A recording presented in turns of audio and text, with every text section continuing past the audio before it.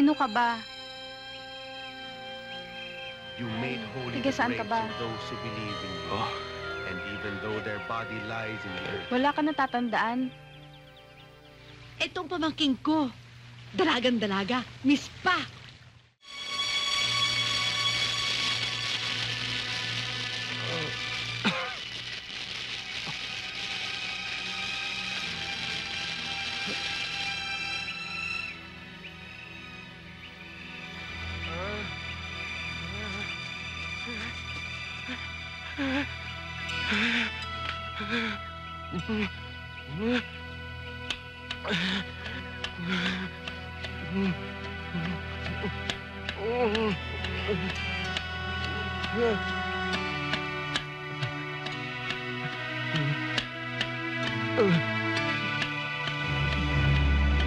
Sir, meron dito.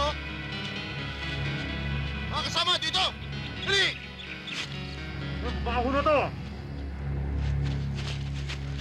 Dali nyo! kasama ni Nick sa sakunang ito ang kanyang pribadong piloto na si Miguel Borromeo. Kasama rin ang kanyang personal secretary na si Michelle Briones. Ang tatlo ay lumipad mula sa Puerto Princesa patungong Boracay na kung saan nag-aabang ang kanyang ina na si Doña Margarita Soriano, Viuda de Adriano, at ang kanyang fiancé, ang Manila socialite na si Vanessa Yumol.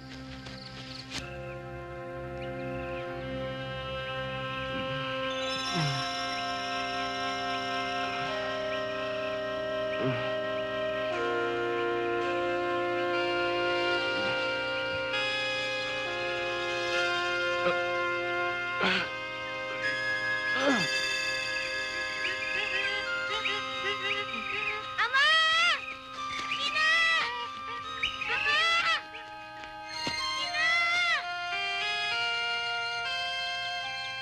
Salamat sa Diyos at wala ka ng lagnat. Matagal ka rin nawala ng malay. Tiga saan ka ba? Oh, Sino ka ba? Wala ka natatandaan? Wala ka nalalaman kung ano nangyari sa'yo?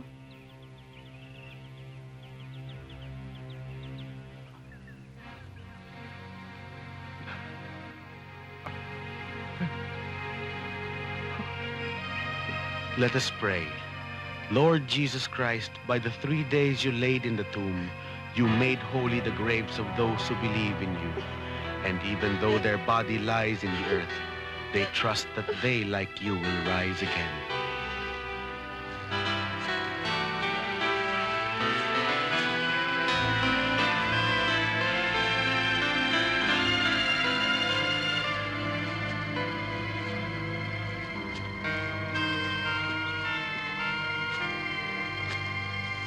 Dito ka mag-aantay ng iyong sasakyan.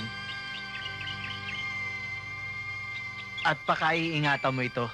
At kung hindi, mawawalan ka ng pamasahe at baon.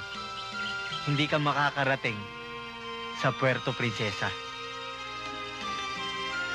Titipirin mo ang pagkain, ha? aha.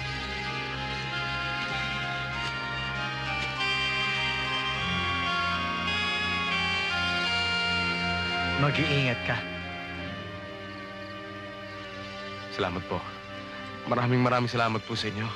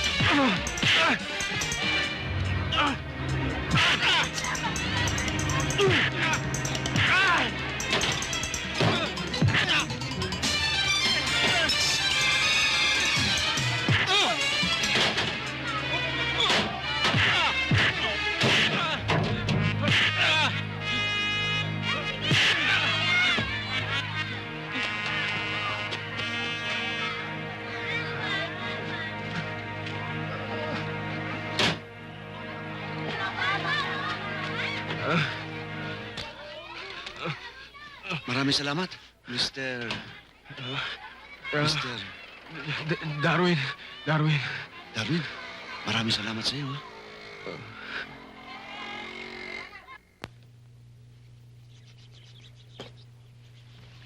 Ayan. Thank you.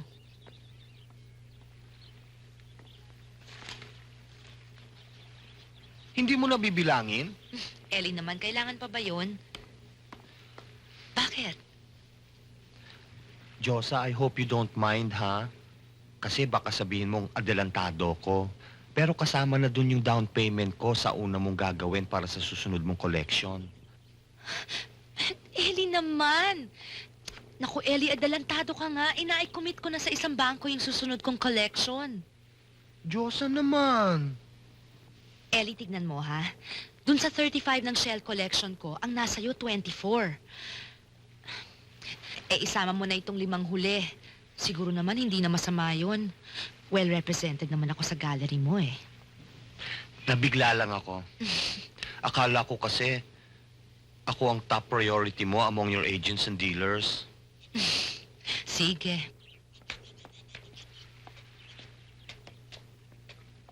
Diyosa, pagmeriendahin mo muna si Mr. Solis. Oh, ilagay mo yan dyan. Ay, excuse me. Tita Agnes, pakipabalot na ho pala lahat ng ito. Taalis ho si Ellie before lunch. Oh, sige. Ano naman ang subject ng bago mong collection? Hindi pa ako nag-iisip, eh. Bahala na. Siguro landscapes. O seascapes kaya. Mga hayop. I'll call the collection something like fauna. Ba, Palisin nyo na That's a good gusto. idea, Ang ha? daming langaw, eh. parang katambal nung collection mo ng bulaklak which you called Flora. Sell out yon, ha? Meron na akong suki na nabaliw doon. Aba, baliw? Sino yun? Ha? Tita Agnes, salita lang ho yun. Sino nga naman yun? Si Vanessa Yumol. Isang emerging art patroness. A Manila socialite na lumaki sa Europe. She likes the UP artists, but she adores you like anything. Akmang-akma sa pangalan mo. Ikaw ang tinuturing niyang Diyosa sa mga contemporary artists. Well, I have to go. Naku, Mr. Solis, hindi pa natitikman Ay, hindi na, tita. Malayo pa ho ang Puerto Princesa. Naku, Kailangan pa ako sa masama Maynila ito. sa Makalawa. Hindi Oh, na, tita. tingnan mo. Busog na ako. Thank you.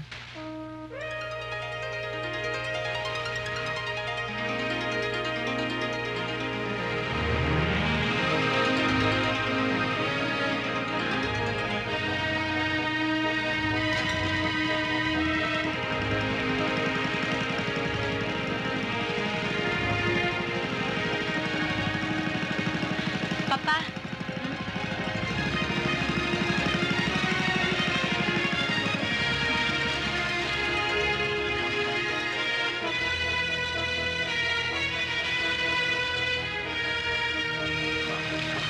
hi, Papa. Hi! Kumusta ho? Oh, ikaw na ang bahala dyan.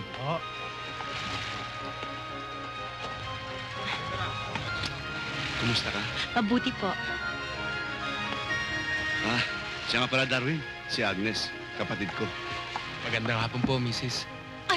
Dalaga pa yan. Dalagang-dalaga pa. Hindi ko po alam eh. Pasensya na ho kayo. Ay, naku, wala kang kasalanan. Ano magagawa ko kung nahuli na ako sa biyahe? Ay, siya nga pala. Itong pamangking ko. Dalagang-dalaga. Miss Pa. Si Diyosa. Saan ko po dadali ng mga ito? Ah, dito. Dito sa bahay, halika.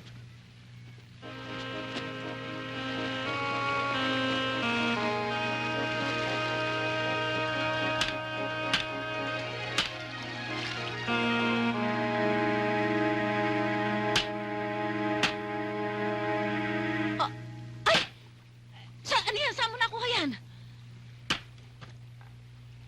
Mahilig ka talaga makipagbabagan, eh. Kung kinakailangan lang po. Sabi ni Modesto, wala ka raw damit. O yan, ilang gamit pa lamang yan sa kuya ni Diyosa, Kitroy. Kuya Troy? Nasa abroad siya. Alam mo, nakakalimutan na yata kami. Salamat po. Hindi sumusulat, may 10 taon na. May 2 tuwalay dyan sa jacket. Maginaw dito. Ay, Magbihis ka na at sa bahay ka maghahapunan. Aha. O, sige, ha? Ay, siya nga pala. Maraming salamat sa tulong mo kay Modesto, ha? Kahapon sa bayan.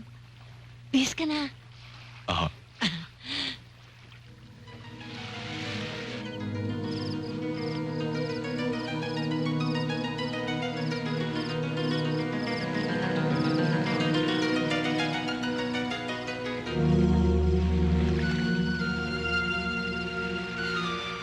Kayo po. Ay, huwag mo akong alalahanin. Sabay na kami ni Nene. Ay, Nene! Sabaw pa!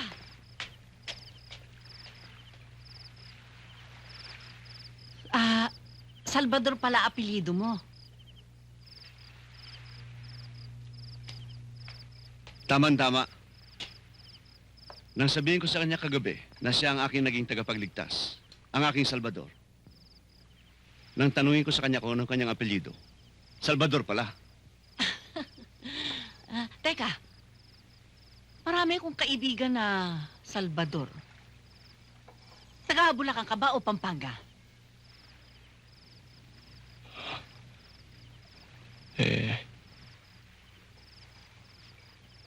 Taga Maynila ho ako. Salvador ho kami ng Maynila. Ay, teka. Nagluto nga pala ako ng leche plan tsaka gulaman. Mga ilang araw lang, Darwin, tataba ka rito. Napakasarap magluto ng kapatid kong yan.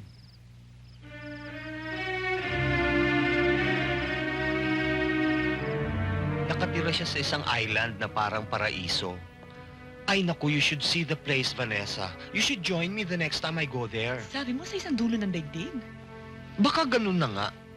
Eh bakit siya nagtitiis doon? May pinagtataguan ba siya? May iniiwasan ba siya? Ano ba yan? Nagmamartir ba yung si Diyosa? Ewan ko lang talaga. Wala kang alam tungkol sa kanya? Maski konti man lang information, konting background. Wala.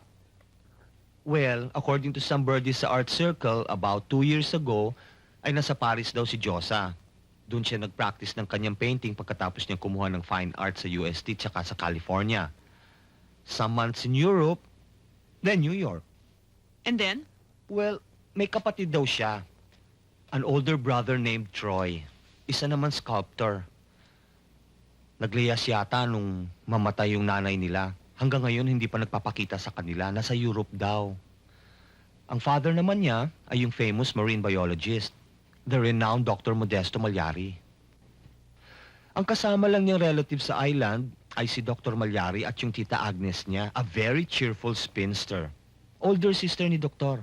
She's a good cook. Wala yata ako nalalaman tungkol sa...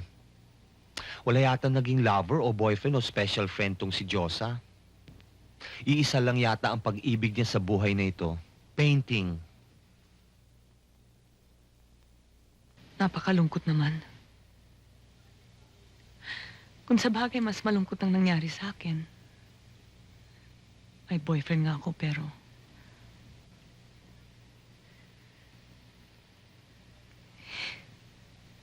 Ayaw na ayaw nga pala ni Nick sa isang taong mahilig mag-self-pity. By the way, Ellie, sigurado ka bang makukuha mo para sa akin ang first 5 sa bago ng collection? Ibang mangako si Diyosa. Thanks a lot again, Ellie.